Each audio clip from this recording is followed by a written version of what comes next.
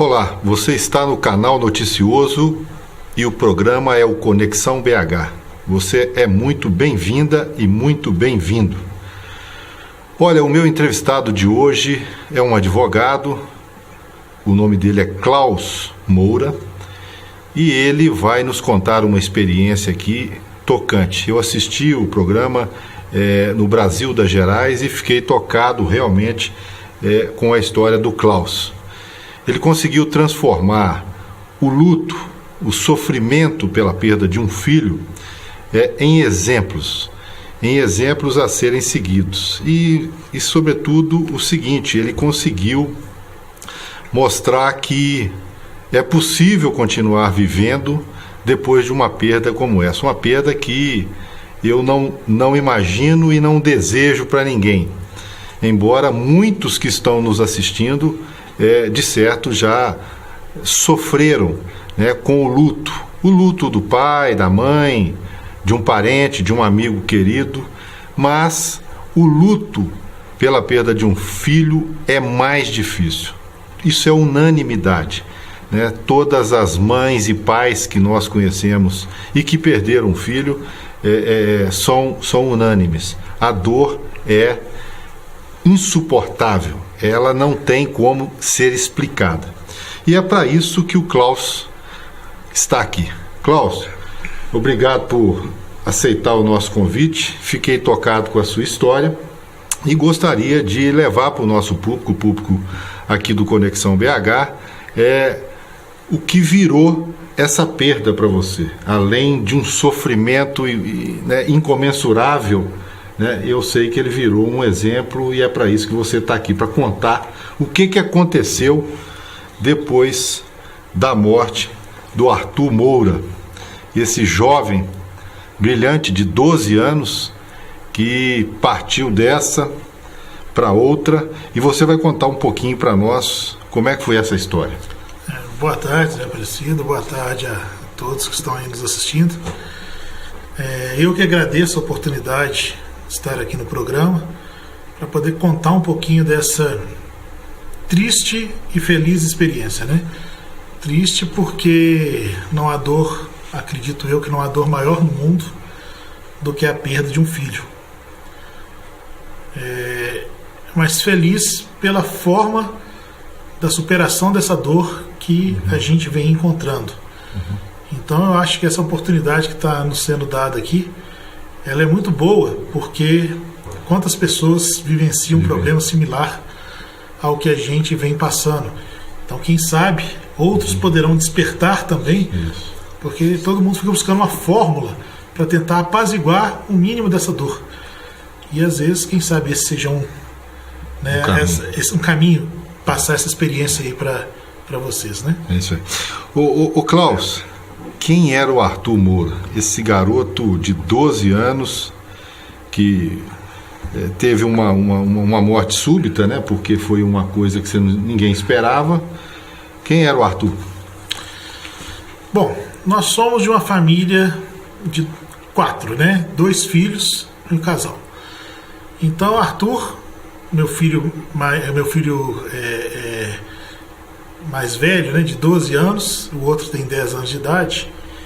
Sempre eu tive os filhos muito próximos da família. Os filhos lá em casa são aqueles que a gente não conseguia dar um passo sem levá-los, A gente não viajava sem eles, não ia num restaurante sem eles. Então, assim, um amor muito forte que nos unia. Arthur sempre foi uma criança muito adiantada para o seu tempo. Com 4 anos de idade, ele chegou até a escrever um livrinho, tem até com você aí de baixo. Tem aqui, nós vamos falar dele daqui a pouquinho. As Irmãs Estrelas, não, esse de baixo. Esse de baixo. Isso. Com 4 anos de idade, ele escreveu até esse livro. E eu achei até que era um exercício da criatividade, porque ele já estava aprendendo já a ler, escrever, E eu falei assim, 4 anos de idade, muito precoce. Um menino que sempre surpreendeu a todos com raciocínio matemático, facilidade para línguas, Ele já estava dominando o inglês com 12 anos. Ele realmente estava à frente do seu tempo. Uma outra característica do Arthur que chamava a atenção de todos eram os olhos do Arthur. Brilhavam. Que não eram verdes nem azuis, mas eles brilhavam. Então, desde quando ele nasceu, eu falava assim, nossa, esse menino parece um anjo. E outras pessoas falavam o mesmo, né? Lembro que eu atravessando uma vez a rua perto da minha casa, o Arthur com seus 2 anos de idade, e uma moradora de rua dos seus 17 anos falou assim, ô gordão, fez filho bonito, hein? Nossa, que olho bonito que seu filho tem. E todas as pessoas elogiavam muito os olhos dele, né? Então acho que é um traço assim que chamou muita atenção nessa curta existência dele, essa pureza que ele tinha, que se mostrava até pelo brilho dos olhos, que dizem que os olhos são a janela da alma, né? Sem dúvida. E então assim, Arthur era uma criança de 1,84 m, com apenas 12 anos de idade, já estava até na pré-equipe do Minas Tênis Clube. Então, recebemos o vice-presidente do Minas aqui, numa entrevista e... Pois é, e ele então estava todo empolgado, que começou lá seu cadastro já para entrar em definitivo lá para essa equipe do Minas. E quando foi surpreendido, né, por uma doença rara, ele morreu no dia 31/7 de 2018. 31/7, isso, lá com plena 12 anos. Copa do Mundo. Copa do Mundo. A final com a França foi o dia que ele foi internado. Sim. Então, ele até a última foto que a gente tem dele lá, ele comemorando seus 12 anos, porque ele tinha 12 anos recém-completado, né? Ele é do dia 19 de junho, um mês depois ele partiu. Ô Klaus, se você não se importar, eu queria que você falasse o que aconteceu, porque o que aconteceu é importante que as pessoas saibam, porque muita gente... Você foi surpreendido com algo que é corriqueiro na nossa vida. Tomar remédio Sim. Né? Quais foram esses remédios? O que aconteceu de fato? Tá, essa é a parte mais doída, né? Essa é a parte que minha esposa, se ela tivesse aqui, ela nem teria condições de contar. Eu vou te contar, sinceramente... quando ouvi a sua história pela primeira vez, eu chorei. Vendo, né, no programa Brasil das Gerais, eu fiquei impressionado e me tocou realmente, porque é algo que qualquer um está sujeito. Então, vamos resumir um pouco dessa parte dolorosa para depois a gente falar da felicidade que vem, né? Numa determinada manhã, né, de julho, meu filho acordou com os olhos colados.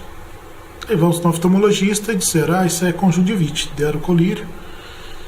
Na parte da noite, ele amanheceu com a garganta doendo. Ele amanheceu não, na parte da noite ele apareceu com a garganta doendo. E aí no dia seguinte, algumas pequenas manchas. Levamos para o médico e falaram assim, isso tudo indica que é uma síndrome chamada de pé, mão e boca. Que geralmente é para crianças menorzinhas, mas que nada impede de ter acometido. E de fato eu pesquisei na internet, né, e vi que todos os sintomas pareciam com aqueles, né? A boca cheia de pintinha, a pele, uma febre. E ele estava tomando medicação, ele estava tomando Novalgina, Alivium e um antibiótico Clavulin, porque ele tinha vindo de uma... Novalgina, Alivium e o antibiótico Clavulanato. Porque ele vinha de uma recuperação de uma cirurgia de apendicite. Mas já tinha 10 dias, ele já estava bem em casa. Com o dia que ele fez a cirurgia, ele já estava em casa. Eu fiz também. Com essa idade. Tomava esse medicamento apenas como para prevenir dor e um antibiótico de praxe após a cirurgia. Só que todos os 3 medicamentos ele já tinha tomado na sua vida. Esse antibiótico por 2 ou 3 oportunidades antes. E a Novalgina cansou de tomar, o Alívio também cansou de tomar, né? Eu não sei o nome certinho dos medicamentos, não. Paracetamol, me parece, mas todo mundo conhece com o nome específico. Novalgina. Né? Como Novalgina. Dipirona, né? Isso, é dipirona. Isso, é dipirona. E aí, ele amanheceu com isso, só que o quadro evoluiu muito. Eu primeiro já desconfiei de algo assim, mas uma conjuntivite e ainda uma mão, pé e boca, 2 viroses ou 2 doenças simultâneas, não é muito comum. Deve ser porque então ele está com uma baixa resistência de 10 dias atrás do processo cirúrgico que ele teve. Só que aí ele piorou demais, a gente levou no hospital e aí aquelas manchas já estavam se alastrando E eles falaram, não, isso não é mão, pé e boca. Pé, mão e boca, isso é Kawasaki, também que eu nunca ouvi falar nessa doença. E o médico falou assim, olha, não tem diagnóstico que a gente possa, não tem exames que a gente possa fazer para comprovar, mas isso é prova clássica de medicina da pediatria, né? Tá? Quem sou eu para discordar? Eu sou da área jurídica, né? Vai ter que internar. De fato, ele teria que internar porque ele piorou muito. No dia seguinte, aí entraram com outros antibióticos. No dia seguinte, ele já estava com o corpo totalmente tomado de bolhas, né? Não era um pedacinho branco, não, era todo vermelho, não conseguia engolir. E aí uma situação bem complicada. E aí veio uma equipe que falou assim, não, isso aí realmente foi o diagnóstico certo, é a síndrome de Steve Johnson, que eu também não conhecia Steve Johnson, só que já num grau muito alto. É um processo alérgico, então depois a gente ficou sabendo que provavelmente foi ocasionado ou pela Novalgina, ou pelo Alívio, ou pelo Clavolin. Desses aí que os médicos colocaram como mais provável seria a própria Novalgina, mas que é muito raro acontecer isso, né? Então ninguém deve tomar Novalgina? Não é que não deve tomar Novalgina. O medicamento está aí porque ele tem uma série de benefícios. Agora, todo medicamento, se você pegar a bula dele, tem as contraindicações que, em raríssimos casos, podem ter efeitos desastrosos, né? Mas se fosse assim, as pessoas não tomariam mais medicamento e aí iam ter problemas muito maiores, né? Então, aqui eu falo da questão da alergia, mas eu não falo hora nenhuma como um desestímulo a pessoa se medicar. Eu acho que tem que se medicar. Claro. Tanto é que meu outro filho que ficou, outro dia ele teve um problema, a gente até engoliu seco para poder ter que dar alguma medicação, mas tem que dar. Mas isso, e aí 18 dias e ele faleceu. Aí, nesse dia que diagnosticou o Steve Johnson, que foi no dia da final da Copa do Mundo da França, aí você ele vai ter que ir para o CTI, porque ele já está com dificuldade de respiração. E para observar, a gente, como assim? Ontem ele estava lá em casa, anteontem ele estava perfeito. Tem que ir para o CTI. Nossa. Chegou no CTI, passou de um dia para o outro, ele já não falava, porque o processo de bolhas na boca estava muito intenso e não conseguia falar. E aí, quando ele começou a voltar a falar, a gente recebeu a notícia que ele ia ter que ser entubado por causa da questão respiratória. Gente, entubado? Mas até onde tá bom? Aí, a última coisa que eu tenho até no meu celular aqui, que ele se comunicava pelo bloco de notas, é assim, que eu disse, pai, quando é que eu vou voltar a falar? E acabou que ele não voltou a falar, porque ficou entubado 18 dias. Ou ele voltou a falar, Cláudio, de uma outra forma. Não voltou a falar com a boca do seu corpo físico, né? Mas depois sim, voltou. Depois a gente vai até ver disso aí. Mas pelo menos ali ele não voltou, porque dali ele já partiu. Então foram quase 20 dias, onde eu ficava 22 horas por dia com ele no CTI. Eu só saía para poder almoçar e tomar um banho, enquanto eles tinham que dar banho nele, porque o banho dele era assim, ele perdeu 100% da pele dele, ele não tinha pele mais, então era com carne viva, porque as bolhas estouraram, mas já estava começando a se reptilizar. Então a gente tinha uma esperança, você olha, ele está recuperando, ele vai dar... Só que a gente não sabia que a doença atacava os vasos também internamente. E aí os vasos é que, eu não sei explicar bem, né, dessa área aí, mas começou a ter insuficiência renal e alguns outros problemas, porque por dentro também a questão da epiderme tinha sido afetada. Então não era só aquilo que a gente estava olhando por fora, né? Mas aí começou então essa nova jornada, que é o mundo de uma intensa dor surgiu pra gente, e a gente parou e falou assim, como é que a gente vai agora sobreviver? Principalmente que a gente tem mais um filho aqui de 10 anos, que a gente tem que continuar dando todo apoio para ele crescer da melhor forma possível, né? E como é que nós vamos segurar essa onda?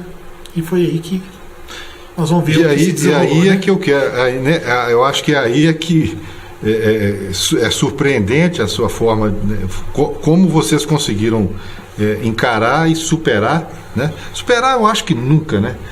mas conviver com essa dor, porque a tendência primeiro é nós procurarmos ajuda médica, né? É o psiquiatra, é tomar remédio para amenizar a dor, né? Nos primeiros dias eu imagino que tenha sido isso. Mas como é que foi essa superação? Passou por um psiquiatra? Passou Sim. por um... De positivo, nós tivemos que lá em casa, dos 3 que ficaram, né? O pai, a mãe e o irmão dele, o irmão foi o que ficou melhor emocionalmente, por incrível que pareça, né?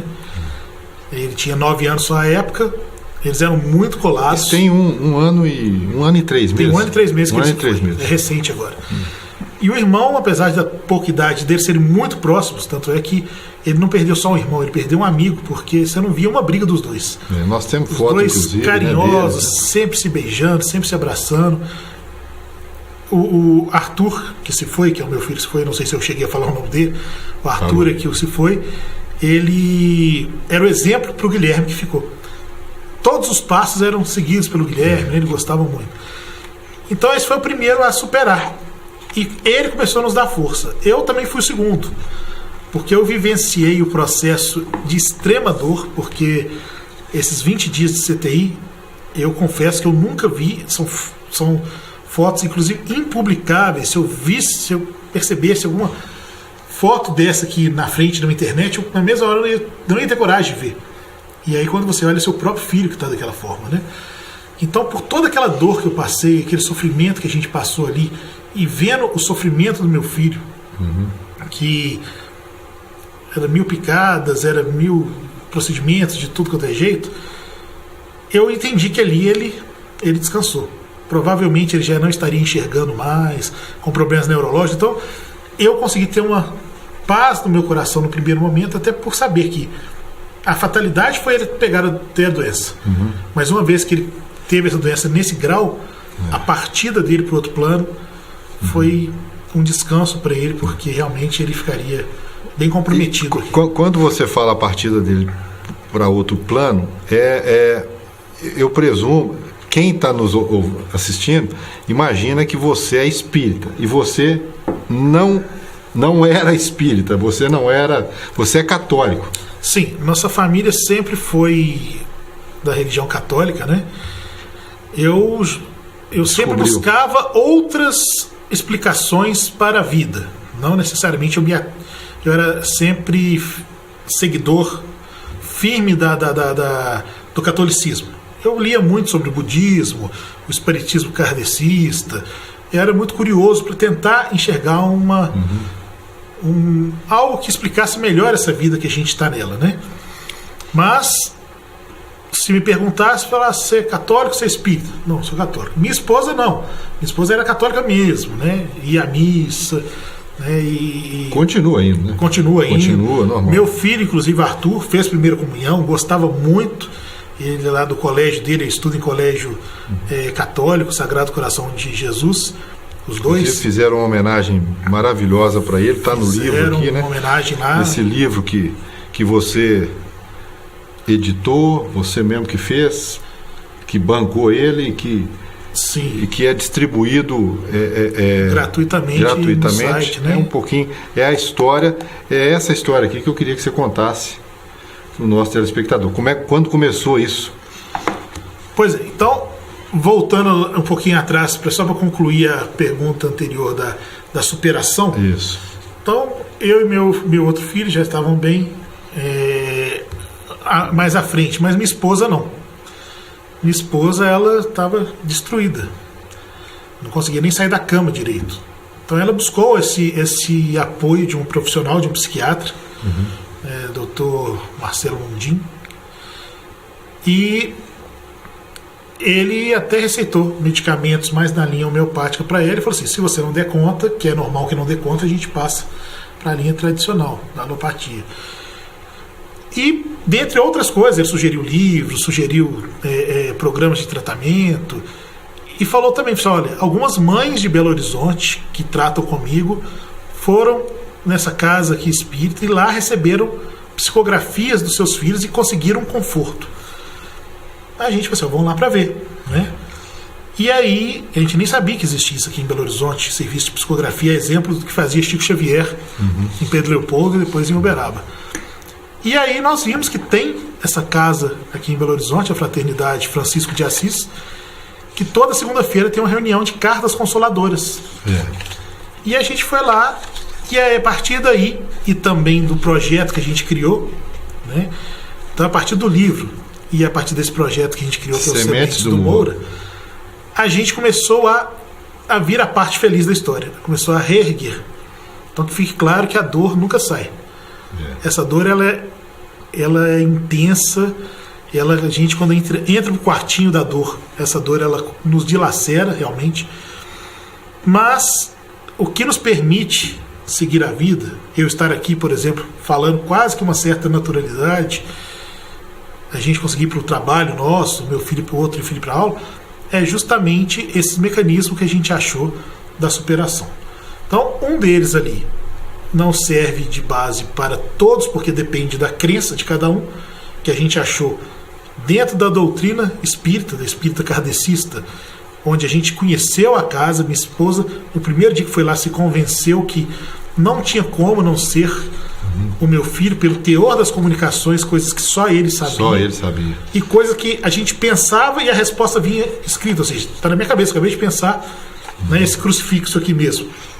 Tem até falando aí no livro. Numa das psicografias, lá eles tinham alguns crucifixos aqui para doação.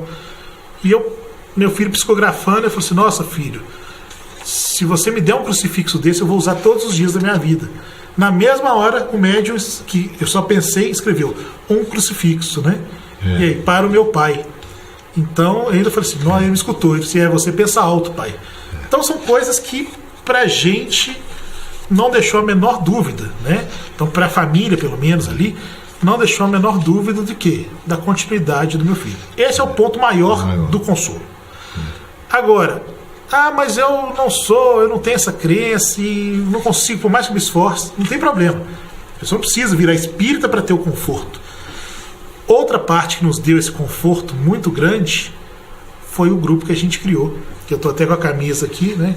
É o grupo Sementes do Moura. Sementes do Moura. Então, essa Sementes do Moura, inclusive esse desenho aqui, é um desenho que meu filho fez. Tem aí, Gilberto, umas imagens, né? Eu acho que tem essa aí. Tá vendo esse desenho aí? Meu filho, lá com os 10 anos de idade dele, ele criou um personagem que ele chamava de Dolfinho, que seria um desses bichinhos que estão aí conectados. E tudo que ele fazia no colégio, ele desenhava um golfinho. Fazia um joguinho, apertava até as teclas do controle lá do PlayStation, daquelas coisas, como se fosse do Dolfinho, né? E esse Dolfinho, a gente começou a pesquisar no caderno. E ao pesquisar no caderno dele, a gente viu que tinha Dolfinho para Deus, Dolfinho sertanejo, Dolfitão cueca. Então, quando ele partiu, inclusive, colegas dele lá do Sagrado Coração de Jesus passaram a ir ao quadro, quando era chamado ao quadro negro para responder, antes de responder, desenhavam um golfinho em homenagem a ele. E esse desenho que a gente achou, que é da camisa, é justamente, a gente percebeu que era uma conexão de vários golfinhos. Só não tinha a carinha dele no meio, obviamente, né? A gente colocou, mas o desenho original tem até no site Sementes do Moura, o desenho original que ele fez. Então a gente falou assim, vamos colocar isso como símbolo do nosso grupo e vamos criar um grupo para ajudar as pessoas. Esse grupo aí é o grupo? Sim, todas essas pessoas são, mas tem bem mais do que essas pessoas. Que isso. São pessoas ligadas à família e pessoas também que tiveram experiências... Não, aqui, nesse grupo, até então, seriam apenas pessoas ligadas ao Arthur. Sejam por grau de familiar, né? Serem família, ou por serem colegas, pais de colegas, amigos. Né? As pessoas depois que passaram a ter também irmãos de dor, diríamos assim, né? Que a gente até conheceu na fraternidade e fez vários amigos, nós fizemos uma verdadeira família lá dentro. Aí depois acabaram adentrando também. Mas no primeiro momento, por que a gente criou esse grupo? Assim que o Arthur partiu, nós falamos assim, por que será que o Arthur ficou só 12 anos aqui? E logo no santinho da missa de sétimo dia dele, a gente até colocou, parece até que veio por inspiração, né? Que assim, vim aqui rapidinho, apenas para plantar sementes de amor, de harmonia, de fraternidade, de união, de alegria. Então a gente foi vendo tudo aquilo que ele era, as características dele como criança, que eu falei do início, que ele já tinha esse olhar, já que tinha um brilhava, brilho né? especial, né? Um brilho diferente. Então eu falei assim, se ele veio e ficou 12 anos, talvez só para plantar sementes do bem, por que não a gente dar continuidade a essa história dele? Então eu falei assim, vamos então criar um grupo para continuar plantando as sementinhas que ele plantou aqui. E como o nome dele é um nome hoje em dia ainda, dentro para as crianças, principalmente nessa faixa, muito conhecido, muito comum, Arthur, tem muito Arthur por aí, né, da idade dele, só na sala dele tinha 4 ou 5 que tinham o nome de Arthur. Então eles não chamavam ele de Arthur Moura, chamavam de Moura. O outro era o Kenji, o outro era o Miranda. O Arthur, sobrenome. Né? Todos se chamavam assim, então todo mundo só conhecia ele como Moura. E na primeira vez que a gente foi nessa casa também espírita lá, na entrevista, que lá não chega só psicografias, tem a possibilidade de você também ter uma entrevista com a espiritualidade. E ele pegou e falou assim, quem é Moura? A gente não tinha falado o nome de ninguém. Ninguém sabia. Aí você, Moura é meu filho. Você, tá chegando aqui pra mim. Moura, que nome bonito. E ficou repetindo. Então a gente viu que realmente ele gostava de ser chamado de Moura, e não de Tur ou Arthur, como a gente chama em casa. Moura é como os colegas dele chamam, né? Teve você me falou sobre essa visita à praça, né? O Mirante, que Sim. A mãe dele falou algo e no dia seguinte... esse livro que você está com ele nas mãos aí, então que a gente só compilou as mensagens psicografadas e colocou no livro, né? Então na verdade aí tem são essas mensagens todas, e a gente chamou ele de Diálogo com o Menino Moura que Voou, Esperança e Fé, Diálogo com o Menino Moura que Voou, porque ele traçou um verdadeiro diálogo. Várias coisas que a gente pensa ou que a gente faz, vem uma carta e ele psicografa dando a resposta. Então essa questão que você está me perguntando aí, sempre a gente ia aos domingos no Mirante fazer uma oração para ele, porque a gente entendia que lá a gente estava mais próximo da natureza, mais próximo do céu. Enquanto todos viravam para ver a cidade, a gente virava lá para a mata, eu acho que é a mata do Jambreiro, não sei, ali para do Parque das Mangabeiras, virava para lá porque queria ficar mais perto da natureza. E aí, num desses domingos, minha esposa, depois ela me confessou que ela havia pensado, filho, onde você está? Pelo amor de Deus, eu não estou aguentando ficar sem você, onde você está? Ela só pensou. Na segunda-feira, no dia seguinte, que era a reunião mediúnica, ele nos presenteou com um desenho que foi pictografado lá também, um jarro de flores, e escreveu atrás, mamãe, aí está a resposta para a senhora, estou em Campo Florido, sob os céus de BH. Então, todas as coisas que a gente ia às vezes pensando, coisas mais emblemáticas, vinha a resposta. Interessante. Filho, meu filho pequeno, de 9 anos, pequeno também não, ele também é grandão, já tem 1,73 m, o Guilherme. Puxou o pai. Também puxou. Aí esse outro, que é o Guilherme, ele falou assim, ele pensando no quarto dele, como é que será que o irmão dele estava? Também ele nos confessou isso depois. E numa das recentes psicografias, essa nem está no livro, que foi recente agora, ele falou assim, Guigui, meu querido irmão, eu continuo vivo, eu tenho um corpo igual que tem aí, só que mais leve, mas com as mesmas características, com a mesma personalidade, eu não mudei nada. Olha pra você ver. Então, e aí eu perguntei pro meu filho, você chegou a pensar assim, eu estava outro dia pensando como é que será que o Tur estaria, aonde que é que ele se encontra, onde que ele estaria, né? Então, assim, por isso veio essa questão do diálogo que a gente colocou, porque ele traçou e vem traçando um verdadeiro diálogo com a gente. A gente conversa com ele pelo pensamento, e ele responde. E como a gente não tem a capacidade de captar, de conectar, porque a gente não tem mediunidade, como se chama aí no meio espírita, né? A gente não tem essa mediunidade para psicografar, para receber. Muita coisa nos vem por intuição ou por sonho. Inclusive, desse outro livro aqui, ó, aqui, esse livrinho que o Arthur fez com 4 anos de idade, ele fez essas páginas aqui, ó. Aqui, ele fez com essa idade aqui. Não sei se está dando para captar aí. Ele comendo brigadeiro. E aqui foi a última foto que ele tirou, né? Ele era atleticano. Atleticano. E continua. Continua, não era? Ele ainda era atleticano. É atleticano. Atleticano não deixa de ser atleticano, não. Deixa nem depois já nasce, morre, vai ser atleticano até do outro lado. Isso. Então, Com 4 anos de idade, ele escreveu essas páginas que estão aqui, que eu até coloquei todas elas aqui no livrinho dele. Só que eu achava que isso aqui era um exercício da criatividade. Um menino de 4 anos, um livro lá, As Irmãs Estrelas. E ele falava comigo: pai, vou escrever mais um livro do nosso livrinho. Vou escrever mais um livro. Ele ia lá, escrevia. Guardou essas páginas lá, escreveu 12 páginas. E achei que nem existisse isso mais. 2 meses depois que ele partiu para o plano espiritual, a mãe dele sonhou. Sonhou assim: mãe, meu livrinho, As Irmãs Estrelas. Ela acordou e foi direto, e a gente nem imaginava que existisse essas páginas. 8 anos após ele ter escrito, e ela foi direto no local, numa gaveta onde estavam as 8 páginas. E quando eu vi, o livro fazia todo um significado das Irmãs Estrelas, que eram 4 irmãs que viviam na Terra, e ele falava que elas não gostavam de sair de casa, queriam sempre ficar ali, mas que aí um dia elas experimentaram ir para outro lugar e viram que era bom também, mas aí voltavam. E aí um dia que uma deixou de ir fazer o que ela tinha que fazer, deixou de brilhar no céu, um passarinho ficou triste. Então, ou seja, todo um significado espiritual que, se ele não fosse agora voltar para o plano espiritual, algum prejuízo para o universo tem. Então ele fez o papel dele aqui, que a gente não sabe qual que é o nosso papel, né? A gente não tem claro, para que será que eu estou aqui? Então, a gente tem que procurar viver da melhor forma possível, né? Mas ninguém tem um roteiro que já nos dê lá o script: ó, você vai ser isso, isso, isso, fazer isso, isso, aquilo. Né? A gente nasce e foi colocado no mundo, né? Mas por certo a gente tem uma missão. Então ele veio, cumpriu a missão dele, e agora a missão dele está em outro lugar. Por isso que se ele voltou a brilhar lá como essa estrela, né? Maravilha. Isso então veio através de quê? Da intuição, através do sonho. Do sonho. Então ele conversa com a gente também, mas vem sonho e intuição. O Dolfinho que eu falei da camisa lá, do símbolo e tal, também tem uma história interessante, porque minha esposa também um dia sonhou, e ele falando assim: mãe, procura no dicionário o significado da palavra golfinho, e olha que o meu aqui com letra D de Deus. Ela acordou, a primeira coisa foi olhar. E aí fica para o nosso telespectador aí pesquisar os vários significados diferentes, mas todos quase ligados a um ser que faz a ponte entre o mundo espiritual e o plano físico.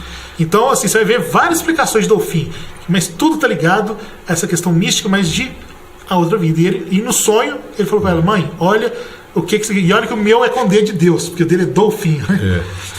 Ô Klaus, é uma pena que, olha para você ver, já se passaram 33 minutos aqui da nossa prosa e nós ficaríamos aqui, com certeza, muito mais.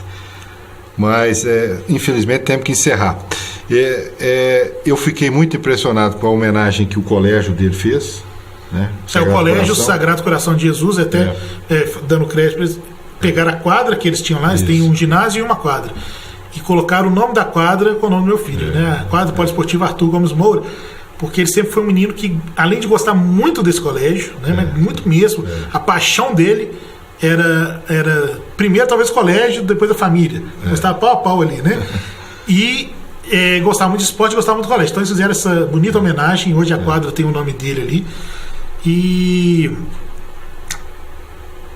queria também fazer só um registro aqui também, que o médium que psicografou o livro, né, é o Ivanir Severino da Silva, que ele é um médium lá dessa Fraternidade Francisco de Assis, que tem aqui em Belo Horizonte. Fala o endereço. Fica na rua Coroaci, número 50, no bairro Vista Alegre. Então lá tem a Fraternidade Espírita Cristã Francisco de Assis, e quem talvez vai ficar curioso para saber, olha, eu perdi alguém também, queria ir lá. Essas reuniões que eu passei a frequentar desde então ocorrem às segundas-feiras, às 7h30 da noite. São reuniões de cartas consoladoras. Ah, mas a carta, basta ir lá que chegou a carta? Não. Tem uma colega nossa lá que ela perdeu um filho e 34 anos depois que o filho dela psicografou. Foi inclusive no final do ano passado. Tinha 34 anos já que ela frequenta a casa, que o filho dela tinha ido, nunca tinha chegado uma carta. Então não quer dizer que vai lá e vai ter. Isso tudo depende. Não sei explicar como. Né? Aí a explicação já não está no mundo. Sim, mas racional. Se alguém tiver alguma questão, a casa E para contribuir, quem quiser participar dessa sua causa, que é uma causa nobre, né? O que faz? Se quiser comprar o livro, tem jeito de comprar o livro? Bom, primeiro, tudo que a gente tem feito hoje é só com amor. Então, A gente não arrecada nada de cifras, de dinheiro, seja com livro, até que o livro está gratuitamente no site lá, Sementes do Moura, esse está aparecendo em .com.br. A questão das doações, por enquanto também a gente nunca pediu, contribua com dinheiro para a conta do Sementes do Moura, nunca pedimos. O que tem lá no site do Sementes do Moura, que quem quiser ajudar pode entrar, é um cadastro colaborador, onde ele se cadastra como colaborador. E aí, uma vez a cada mês ou a cada 2 meses, que a gente não gosta de ficar molando ninguém, a gente faz uma campanha para esses colaboradores, campanhas grandes. Estamos arrecadando cobertor na época do frio, leite em pó, fralda geriátrica. Aí, nessa campanha, a gente coloca vários pontos da cidade, que são de pessoas do grupo, e a pessoa que quiser e puder naquela época. Então, ou seja, é algo que não incomoda ninguém, porque ele se inscreve lá, ninguém vai receber caixa de spam, tanto de e-mail. E quando receber um e-mail a cada mês, né, ou um WhatsApp a cada mês, ele vai ver se ele pode e se ele quer contribuir com aquilo. Então, assim, por enquanto hoje não tem finalidade nenhuma de arrecadação. E como é que a gente faz? Hoje a gente já plantou 79 sementes já, com 1 ano e 2 meses, só que a gente tem um grupo. E que são as ações, a gente chama de sementes. Como é que a gente faz esse tanto de ação? Com o dinheiro dos próprios integrantes do grupo. 90% delas é com a nossa caixinha que a gente cria lá.